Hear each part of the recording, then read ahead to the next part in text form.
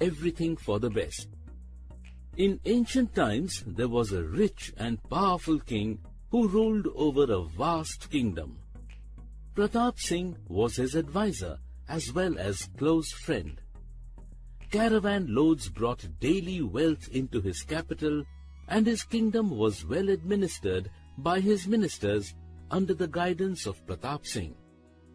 The only irritation the king sometimes suffered was to see the ills of famine, epidemic, and wars, which men seemed unable to avoid.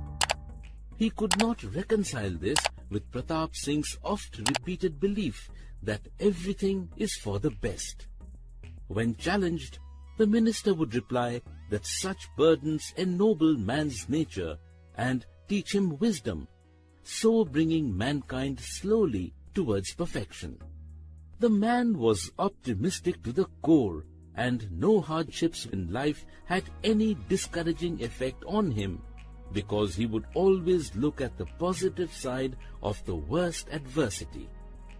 He would think of the benefits that could be derived from adversities. In fact, this particular trait was so prominent in him that others around him very often got tired of his oft-repeated belief.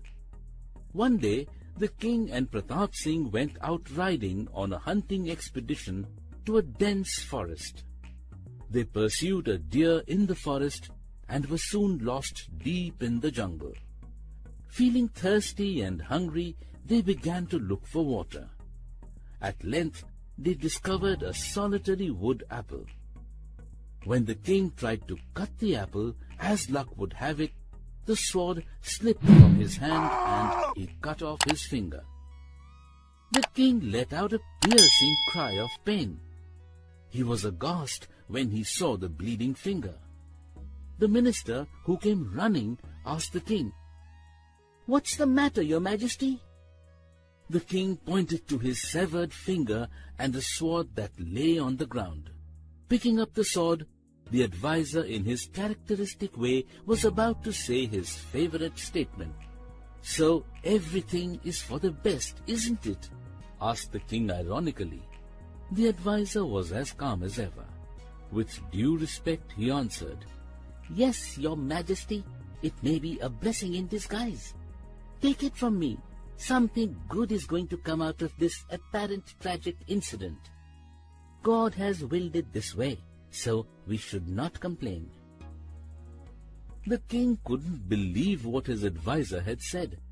He couldn't comprehend how the loss of his finger could be a blessing.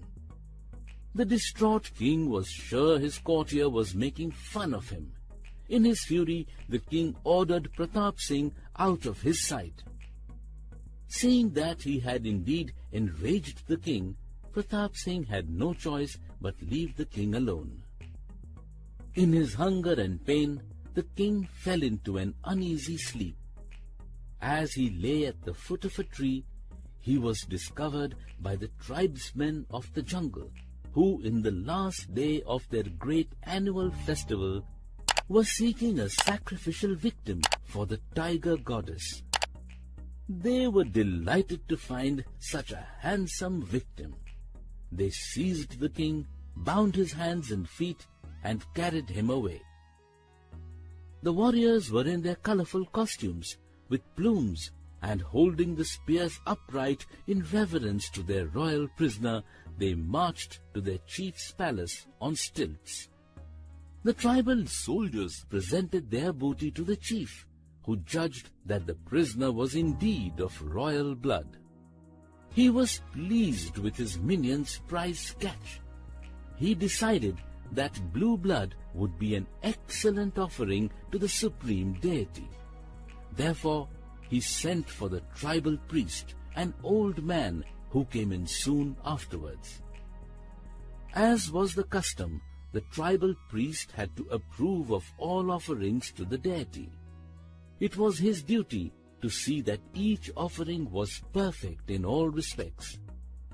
Seeing that a king was going to be the object of sacrifice on that day, the priest did not inspect the prisoner from head to toe. Instead, he ordered that the process be started without delay. they took the king to their altar. After some wild dancing, the final sacrificial preparation began with the smearing of red and yellow powder over the victim's forehead, feet, and hands. However, it was during the anointing of the body that the old priest noticed that something was amiss. One of the fingers on the king's left hand was missing. He shook his head and said in his sonorous voice, "I am sorry, Your Royal Highness. We cannot proceed with the sacrifice. The deity will accept only those who are whole-bodied. The body should not have any blemishes. The prisoner's body is imperfect, and it is not fit for offering to the deity." The tribesmen fled in horror, for they had nearly presented an imperfect sacrifice and feared the wrath of the goddess.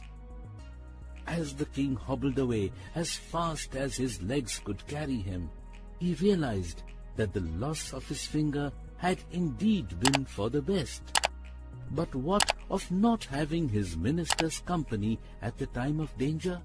Was that for the best? Yes, said Pratap Singh later, for if he had known of the king's peril, he would have come to the king's aid and been overcome by the numerous tribesmen, thus serving as a substitute victim. So everything was for the best after all.